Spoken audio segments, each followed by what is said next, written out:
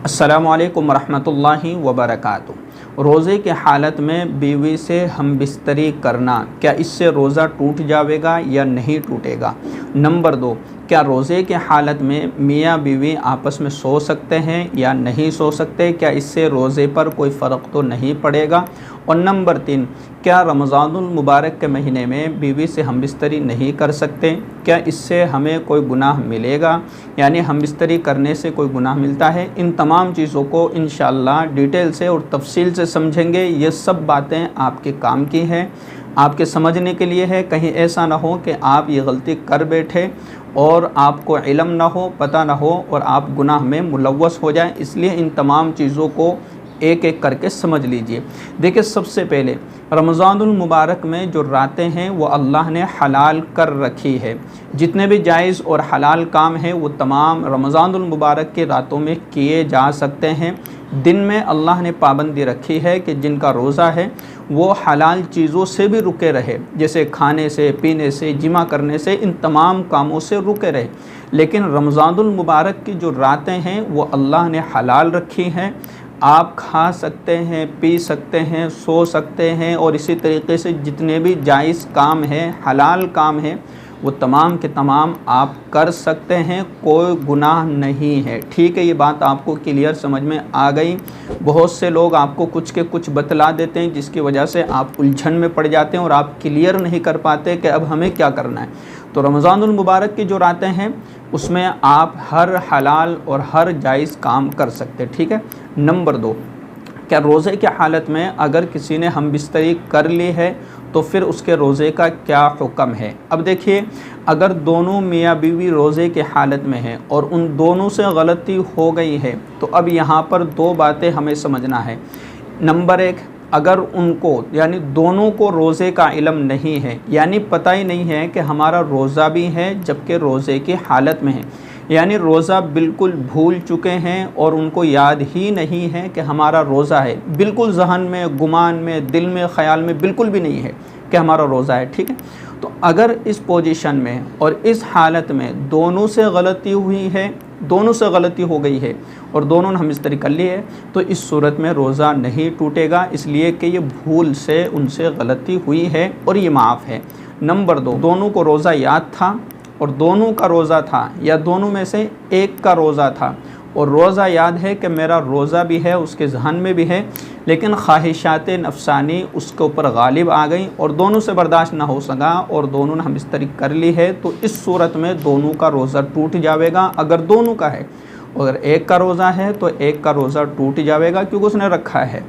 अब जो है इन दोनों पर या दोनों में से एक पर जो है क़ज़ा करने के साथ साथ इसका कफ़ारा भी अदा करना होगा। अब कफ़ारा क्या है? रमज़ानुल मुबारक के बाद आप इस रोज़े की क़ज़ा करेंगे क्योंकि आपने जानबूझकर और इरादतन जो है वो अमल किया है जो अमल रोज़े को तोड़ देता है। तो आपने जानबूझकर रोज़ा तोड़ा तो इस रोज़े की आपको क़ज़ा करना है और इसके साथ साथ आपको 60 दिन तक मुसलसल रोज़े रखना है।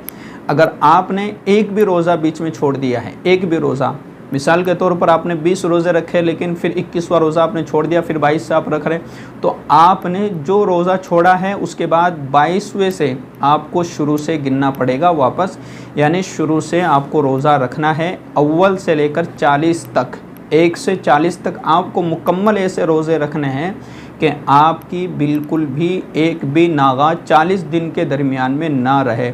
और अगर ख़ातून है, औरत है, तो वो किस तरीक़े से अपना कफ़ारा अदा करेगी? बीच में अय्याम माहवारी आ जाता है, बीच में खून आ जाता है, तो वो किस तरीक़े से करेगी? देखिए, वो शुरू करे अपने रोज़े और जब अय्याम माहवारी आ जाए तो इसमें छुट्टी करेगी और फिर बाद में जो है वहीं से ही उसकी तरतीब बाकी रहेगी। मिसाल के तौर पर 10 रोज़े रख लिए और 11वें, 12वें और 13वें दिन जो 3 दिन इसको अय्याम माहवारी रहा, यानी हैज़ का खून जारी रहा, तो 14 दिन से फिर पाक होने के बाद ये रोज़े रखना शुरू कर देगी। तो ये इसका 14वां रोज़ा, फिर 15वां, फिर 16वां।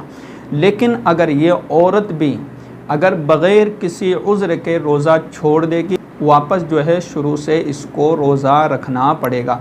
ये बात क्लियर हो गई। 2 बातें हो गई। एक तो भूल से किया तो भूल से की हुई गलती ये माफ़ है।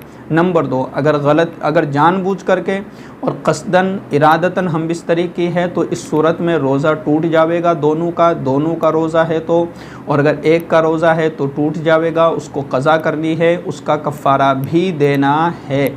और अगर कफ़ारा नहीं दे सकता तो इसका भी मसला इंशाल्लाह अगली वीडियो में तफसील से आपको बतलाऊँगा, ठीक है। और अगर औरत ने रोज़ा तोड़ दिया है और फिर जो है वो इसकी क़ज़ा कैसे करना है, कफ़ारा किस तरीक़े से अदा करना है, वो मैंने आपको बतला दिया है।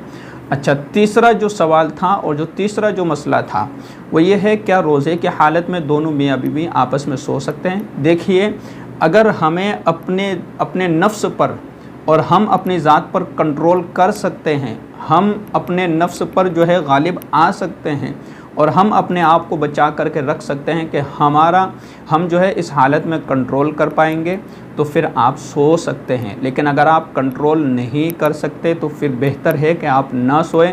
कहीं ऐसा ना हो कि आपकी इस छोटी सी गलती से आपका रोज़ा टूट जावे और इसी तरीके से आपको कफ़ारा अदा करना पड़े। तो अगर कंट्रोल नहीं हो सकता या आप बर्दाश्त नहीं कर सकते तो आप बिल्कुल भी करीब ना जाए, दूर रहना बेहतर है। ये आपके रोज़े की हिफाजत रहेगी, ये आपकी हिफाजत रहेगी।